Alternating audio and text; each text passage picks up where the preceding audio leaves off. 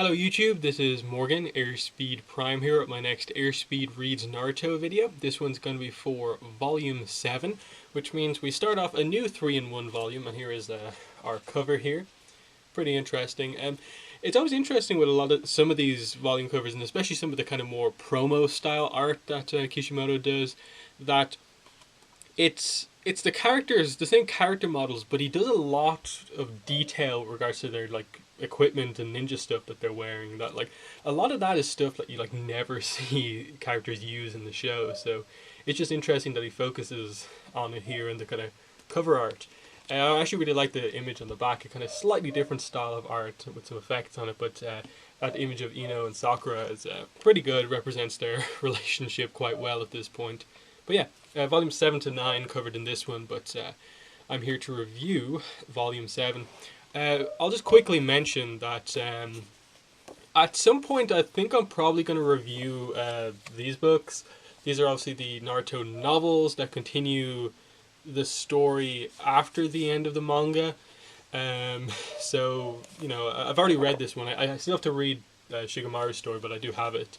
So, yeah, I'll probably review them individually at some stage. I don't think I'll wait until like I finish my manga reviews. I think I'll just kind of do them as like separate videos at some point. I might do the review for the Kakashi book at the weekend or something like that. But we'll see. But for now, let's focus on volume 7, which is called The Path You Should Tread. And there's our kind of cover image there with Sasuke. So yeah, we cover another 9 chapters, chapter 55 to 63, No Holds Barred, The Strength That Is Given 10 Hours Earlier, Witnesses, The Tragedy of the Sand, The Last Chance, The Path You Should Tread, Trapped Like Rats, and One More Face. And yeah, we start off immediately from where the last volume ended, which was the arrival of Team Asuma, or Ino's team, as she's calling it at this point, with Shikamaru and Choji. They arrive to help Sakura, who's obviously defending an unconscious Naruto and Sasuke from the Sound Genin, Keen, Zaku, and Dosu. Yeah, we basically jump straight into the action. We kind of get a brief kind of jump into Sasuke's mind, mentioning the fact that his father and mother needn't have died, you know, that he wasn't strong enough, his clan was destroyed, everyone was killed because of you. And they're doing some interesting kind of visual stuff with like current day Sasuke talking to younger Sasuke, referencing his brother, of course, who we now know who that is, but the details are, you know, gradually beginning to come together now. And then just the idea that Orochimaru's power is kind of beginning to come through with Sasuke here, attaching itself in a way to his desire for revenge about what happened. It's actually really interesting. Like, it's just one page that they really do that with, and it just works very well to get that kind of emotion across. It's really interesting. I don't really remember that being a specific part of the anime, but anyway, they just start off, they arrive on the scene, they're acting a bit confident, the Sand Genin don't really care about them, and we get some of their character coming out here that Choji doesn't like when people comment about his weight. So when Zaku calls him fatty and fatso, like, it suddenly pumps up the usually kind of fairly, you know, Choji, who doesn't usually like to jump into fights, and just the joke about, you know, he's not fat, I'm just pleasingly plump, and that's how he kind of gets his desire and intensity from. And you can see Sakura's happy to have the team arrive in to help them, and you see her smile at Ino, and it's a nice one in that it's clear that, you know, there is a rivalry there, but they are also, you know, fairly close friends at heart, and it's just this rivalry over Sasuke that kind of really has them at odds with each other. Yeah, from there we're just introduced to the main techniques of Team Ino-Shikacho and their teamwork and formation. Shoji reveals his expansion jutsu, and basically just establishing that like each member of this team has this kind of family lineage of like a special technique in their family. And for the Akimichi clan, it is the art of expansion, as they call it here. and so he kind of expands himself into a ball and then kind of rolls really quickly at Zaku, and it takes them by surprise a bit, but they're not doing a ton of damage. They're all really kind of unique and specialized skills, but you can see that it's their teamwork that really gives them any sort of advantage here. They're all sort of limited in their own way at this point. Shikamaru reveals his Shadow Possession Jutsu, which, note about the translation here, I felt it was at the same time at its worst here, but also getting better, in that the book refers to Shikamaru's technique as Art of Me and My Shadow. Now, maybe that's a direct translation of what the actual Japanese words were describing the technique when he first uses it here, but it's just so far away from Shadow Possession Jutsu, or Paralysis Jutsu, however you want to call it. It's probably one of the weirdest technique names we've had so far. Me and My Shadow. I get it works because it's obviously he allows it to mimic. He forces people to mimic his actions, and he traps them. And then Ino, we already know about her technique, the mind transfer jutsu, but they call it here Art of the Valentine. So that's really weird there. Valentine, they mention here it temporarily able to take control of her opponent's body, heart, and soul. Maybe that's where the whole heart bit comes from. But to me it doesn't necessarily fit what it's meant to be. On the positive side of things, they do, when they seem to be introducing these techniques, give them both of their names. With Shikamaru's, they later then say it's the Kagamane no Jutsu, the Art of Me and My Shadow, and then with Ino's technique, it's called the Shintenshin no Jutsu, Art of the Valentine. Now, I know Kage means shadow, of course. Mane, I'm not really sure about, so maybe that does mean me and my, but it's a weird name for me, just in terms of the way I kind of just from the anime know how to say the technique names, and they're just all seem to be so different here. But if they do continue to do that, like Naruto later on in the volume does use his Art of the Shadow Doppelganger, and he calls it Kagebunshin no Jutsu, I'm a little bit happier with them using that rather than the kind of weird English version of it that they kind of seem to be using. Anyway, what happens here is basically they hold off the sound getting for a little bit, but they establish that Choji's technique, he's out of control, he can't see. Shikamaru's technique, he can only use it for about 5 minutes. He can only hold people for 5 minutes. And then Ino's technique, her body is left basically completely defenseless while she's in someone else's body. And then if that person is injured, she also gets hurt. So a lot of kind of negatives to their techniques, and you sort of get the idea that it's because of kind of little teamwork failures like this incident that causes them to work even more heavily on their teamwork, and they make up for their weaknesses by working together as a team, as they're mainly known for. That this is probably the most teamwork focused of all of the teams that we have from the Leaf Village. But yeah, they quickly break out of them, showing that they're in general more powerful than Team Asuma. At this point, Neji and Tenten arrive looking for Lee, and they see that he's unconscious, and they're just like, "Oh, Lee, you blew it, going off on your own. What's wrong with you?" Neji again reveals he has Byakugan to see what's going on, and they think Neji's about to get involved in the fight, but then Neji's just like, "Yeah, we kind of don't have to, because he can see with his Byakugan that Sasuke's chakra is basically going haywire as he's woken up." And it's a really cool page revealing this. As you just get a kind of double page spread across the top of Sasuke waking up, the curse mark pattern going down all from his neck and on his hands, and especially what he's saying, Sakura, point out the ones who pummeled you into that state, showing that he's caring for the team.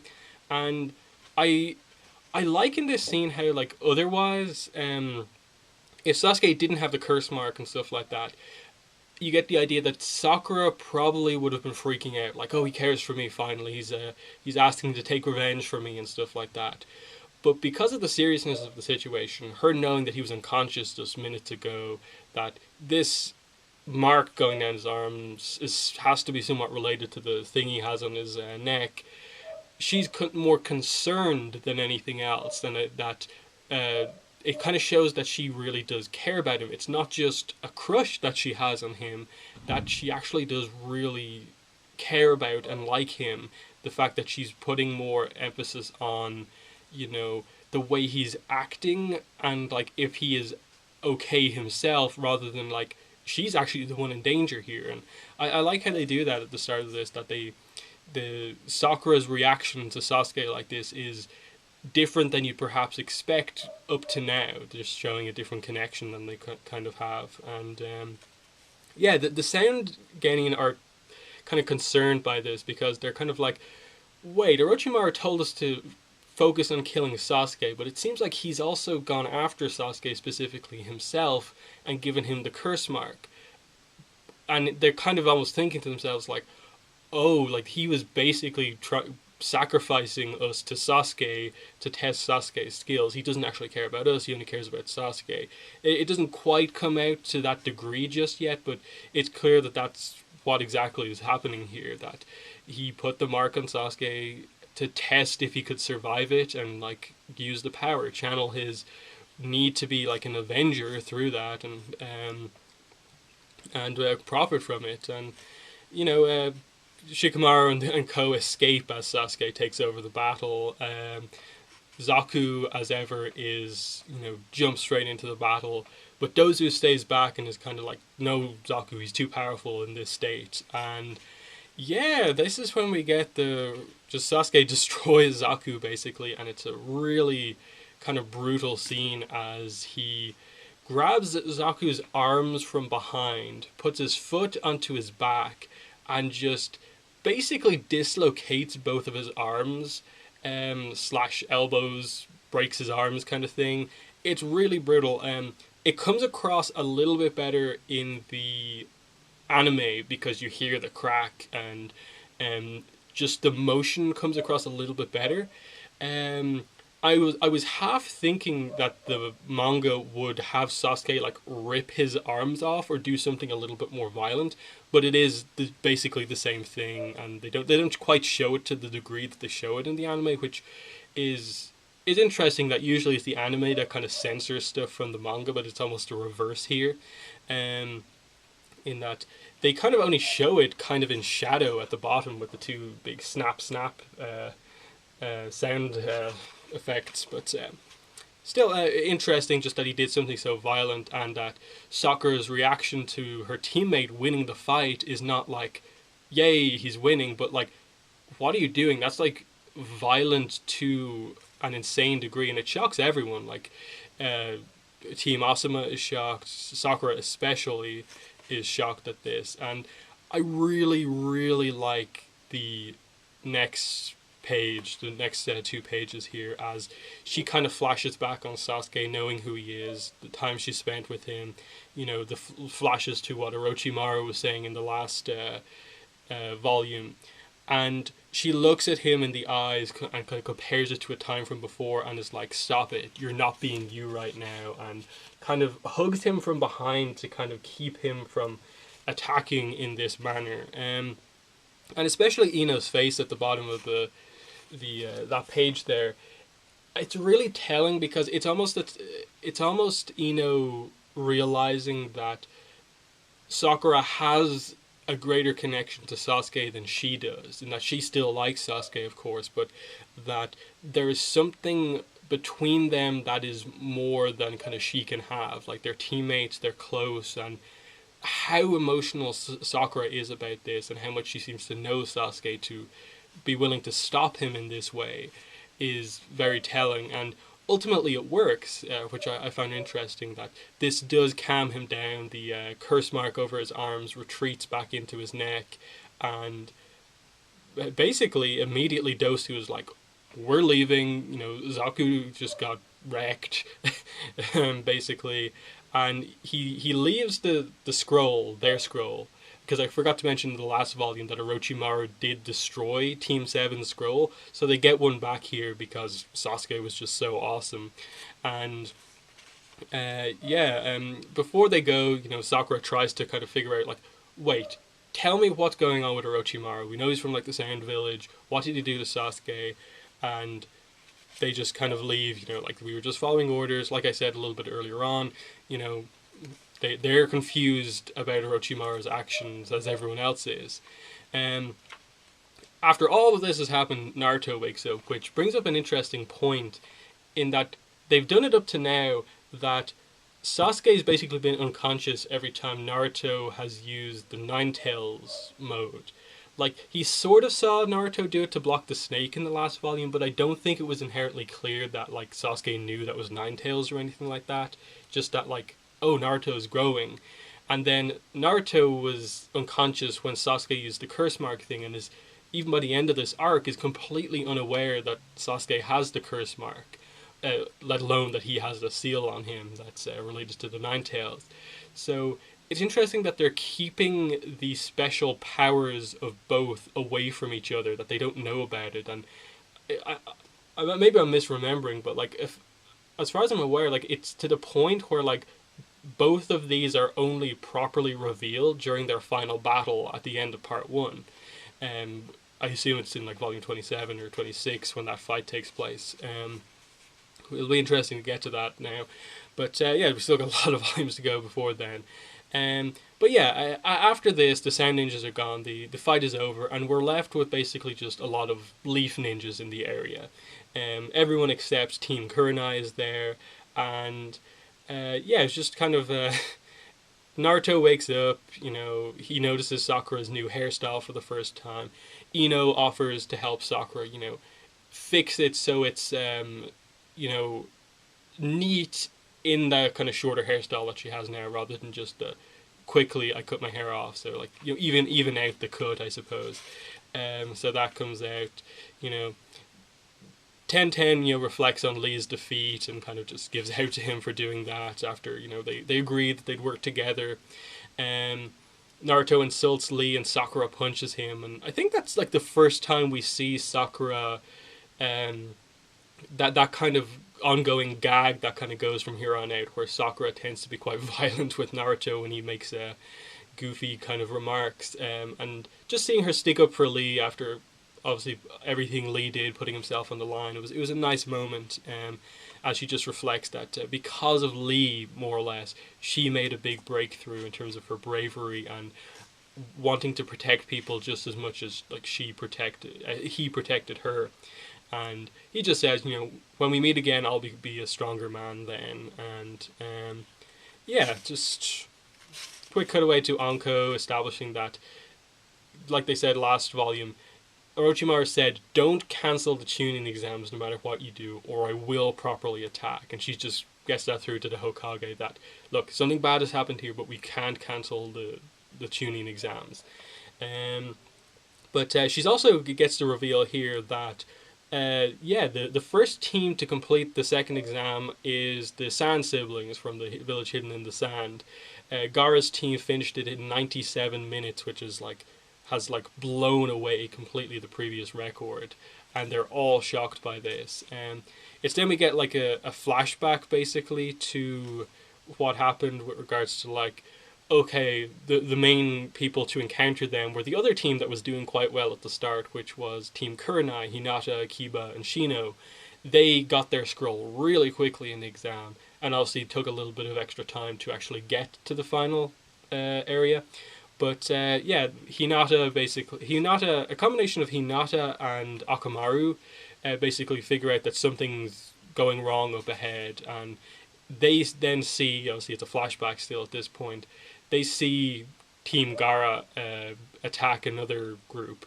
And the main thing that they get across here is how violent Gaara is, and how he does most of the fighting, killing, which is a big notable thing, that he kills the three of these guys using his sand techniques. We get some extra explanation on how exactly it works with regards to the fact that Konkuro mentions that it's a technique that only he can use, but it's also the case that the sand has a mind of its own. He doesn't even have to like direct it, and it can still defend him. There, that it works even without him like properly wanting it to, but he can also use it to deadly effect as well, as we see with how he kills these. But it was brutal in the anime. It's brutal here.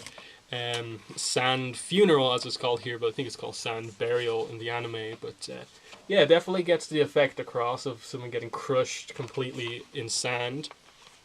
Um, and just the translation isn't too bad on Gaara's thing. The coffin of crushing sand instead of just sand coffin. Maybe they'll fix the clarity on some of these jutsu names as the volumes progress. But it definitely gets across Gaara's kind of want for violence, and even after he kills these three, he's almost at the point of being willing to kill his own brother and sister just to quench his need for blood. And they're terrified of him for the most part, and they just desperately try to stop him from basically putting themselves through more work than they need to. Like, he's willing to go out and search for another team just to kill them, but they are just like, look, we took out the one team we needed to, let's just go and finish the exam here, and we don't need to do anything else. But yeah, just really kind of incredible how they get that across, and terrify, obviously, Team Kurenai at this. But I think they very, very much established that the first two teams to finish the exam are Team Gaara from the Sand, and then obviously Team Kurenai from the Hidden Leaf Village. I'll mention here the just right in the middle of chapter 60, we just get this 2-page spread where it's announced the results of the character poll. I assume this is the first character poll because I didn't notice it in any of the previous volumes, but it's just pretty cool here. They give you the top 30 characters. I'm not going to list them all out, but first place is Kakashi, which is pretty interesting. Second place Naruto. Third place Sasuke. Fourth place Iruka. Fifth place Sakura. Sixth Rock Lee. 7 is Gaara. 8th is Haku. 9th is Zabuza, and 10th is Hinata. So interesting in that, like, it's clear that this is a poll that primarily took place during I suppose it would have been the first 6 volumes for this. So Gaara was only barely introduced, and he still comes pretty high in the poll. Hinata really only taking a kind of role in the series in the first part of the exam, also gets it. Iruka, obviously from the very first volume, gets it, and the main antagonist from the first arc as well. And I suppose the most interesting one is Rock Lee placing 6th, just below all of the like big main characters. Interesting where he is now fairly early on in the series compared to later on, where he's much more of a side character and isn't as important as he is right now. But after that, I think the volume tends to slow down a little bit in that, okay, we're for the most part out of the action, and we're, obviously Team Naruto is going to take a longer time than everyone else to get to the end. But they slow it down, they're fishing, they're just discussing what they're going to do. They take a long time to explain this idea that, okay, we now have a different scroll than what we started with. One of them was destroyed. What if, like, all of the other scrolls left from another type are destroyed? What if it's already over for us? And they just start speculating about that for a while, and then Naruto decides, hey, why don't we try and figure this out by opening up the scroll, which we were specifically told not to do. And we kind of intercut between this other team of randomers thinking the same thing as well as Naruto. They do open it and get knocked out, and just as Naruto is about to open it, Kabuto arrives out of nowhere and stops him, basically revealing that, look, I've taken this test before. What happens is that they come and basically use a genjutsu on you to knock you unconscious until the end of the exam, eliminating you. Sasuke wants to fight Kabuto for his scrolls because he has the 2 scrolls for his team. They've already passed. And yeah, he just is going to stick around with them and try and help them get a scroll until the end. And it's interesting as you see how kind of knowledgeable he is. He seems much more skilled than he's otherwise kind of been portrayed as throughout the rest of the kind of arc so far. But but just there's a lot of dialogue over the next like couple of chapters as he starts to explain the idea of the collectors who kind of tend to prey on the areas just before you get to the tower, just to the kind of weaker groups who know that they can't fight the stronger groups and will try and ambush them at the very end. Um, just establishing that like, okay, we're slowing things down now, but fights are going to happen eventually. They get caught in the genjutsu, they quickly figure it out and are attacked by another group. The person they were first attacked by, who cloned himself as Naruto but mirrored it wrongly. His group comes back, the three of them this time, and this is definitely where it picks up again after a kind of chapter or two of explanation.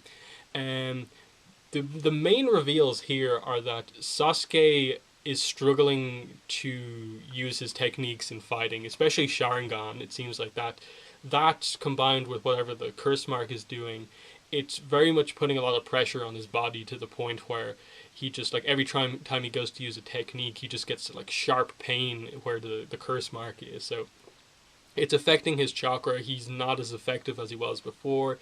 But it opens up the possibilities basically here for Naruto to kind of take the lead in a lot of these fights, which is pretty cool, as they are attacked by the kind of clones of these guys and their illusions, and Naruto eventually tricks them really cleverly actually by using Shadow Clone Jutsu and transforming some of his clones into his teammates, including Kabuto, while Sakura and Kabuto and Sasuke all kind of go around behind them, and then Naruto basically acts like he's defeated with the other ones, and the real, obviously, people come out of their illusions, which they couldn't see through before, because obviously Sasuke can't use his Sharingan now, and they have drawn them out just with Naruto really cleverly using this technique, and just they start to become very impressed with Naruto here, as just like they mention like this line about how it's the fifth day and he's still using these incredibly like taxing techniques, like making that many shadow clones combined with this jutsu, and we're 5 days in, and Kabuto notes that like, whoa, his chakra is like insane. If he learns to master it, he could be a monster. He specifically mentions, and they're attacked again in an almost like repeat of the previous fight. Like it is very much repetition, where it's just like a quick, okay, these guys have clones too, and Kabuto gets cut trying to protect like Sasuke and Naruto, and Naruto just knocks him out very quickly. We end. The Kabuto meets up with his team. They go their separate ways as they enter the tower, and it's revealed just here that Kabuto is actually working for Orochimaru. So, and he's just been out there basically researching Naruto and Sasuke. And like it's clear that he's focusing on one of them rather than the other, but it's not clear just yet who's been the more impressive. Yeah, then they walk in. It's the very end of the chapter here. They walk in. They see on the tower there's a note about basically what they were just doing. The scrolls.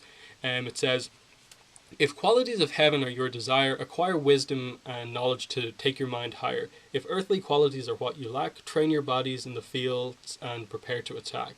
When both heaven and earth are open together, the path of peril will revert to the righteous path forever. This blank is the secret way that guides us on from this place today, the third Hokage. And they're a bit confused by this. What does the blank mean? And then they decide to, okay, this is clearly the point where we're meant to open the Heaven and Earth scroll, and they open it, and that's where we end the volume. Kind of cliffhanger. Are they going to get knocked out? Have they done it wrong? Or are they meant to do something different? Either way, it's just like an ending, like, okay, we're in the place where we're meant to be. As far as we're aware, they've done the test right, they've passed. Great, we're past the second stage of the tuning exams, but there's still a little bit to go, obviously, at the start of the next volume. I suppose some final thoughts overall in the volume. As I said, really good start, like picking up with the Shikacho fight, transitioning into the reveal about Sasuke and the curse mark, and him for the first time, like I suppose for us for the first time really seeing the path he's kind of going down, the kind of darker side of that path. Let me just actually find the line here. I should have marked it like I marked a lot of other stuff before, but I just forgot to this time around. He says, I understand now, I'm an Avenger. On the path I walk, I have to do whatever it takes to gain power, even if it means selling my flesh to the devil. So that's really big, just this idea that he's this power that Orochimaru, the villain, gave to him, and he's just happy that he has more power, that he's willing to sacrifice his body to get this revenge. This is all he cares about, and it's the first time we've seen that that's all he cares about, that means so much more to him than everything else. Like, there's been hints that he's becoming more connected to his teammates, even in what he does with the curse mark power protecting Sakura. But we see here that it's going to take a lot more than that to move him past his want for revenge.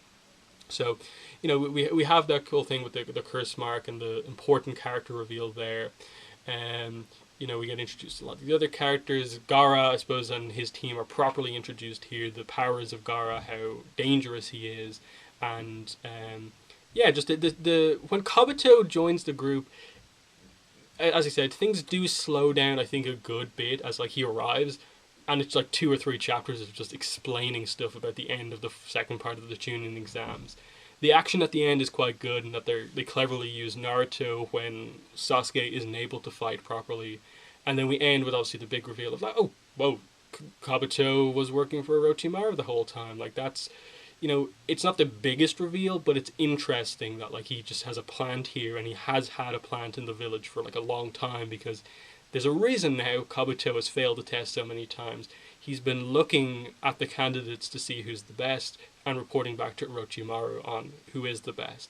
This time, there's 2 notable people, Naruto and Sasuke, so that's pretty big. And of course, we made progress. We have finished the second part of the Chunin exams, so really cool, getting introduced to a lot more of the Leaf Genin and stuff like that. Favorite character from the volume, getting to my awards now. This is a hard one in that there's a lot of different things that happen here. It's very, very hard to pick. I'll go with Gaara just because this is the proper introduction of him. He had the coolest fight scene, just in terms of his skills coming across, the explanation of somewhat of how his powers work, and a little bit more of his personality, that he is kind of very bloodthirsty and seems to kind of lose himself in the battle when he gets going. So that was really interesting. Favorite panel of art has to also be related to Gaara. This full page here of Gaara having blocked the Sembone storm attack, and just how in control he is. It's very ominous what he's just about to do next. And just the amount of detail in that panel, him having to draw all those Sembones, and the way the sand is done, as well as just the way Gaara is placed within the sand bubble. It's really impressive. Now my favorite quote is going to be it's Sasuke talking about Naruto, and also I suppose Kabuto as well. He says his chakra is immense, creating all those doppelgangers and then carefully transforming just 3 clones into counterfeits of his comrades. It was monumental, yet he still has the stamina to be on his feet and moving, even though it's the morning of the 5th day. He's still a boy. If he gains mastery over that massive chakra, he could become a monster. I just really like that line from Kabuto, showing again the potential of Naruto. But that has been the volume review for Volume 7. In the comments, let me know what your thoughts are on the review, as well as the contents of Volume 7. Thanks for watching this video, and bye.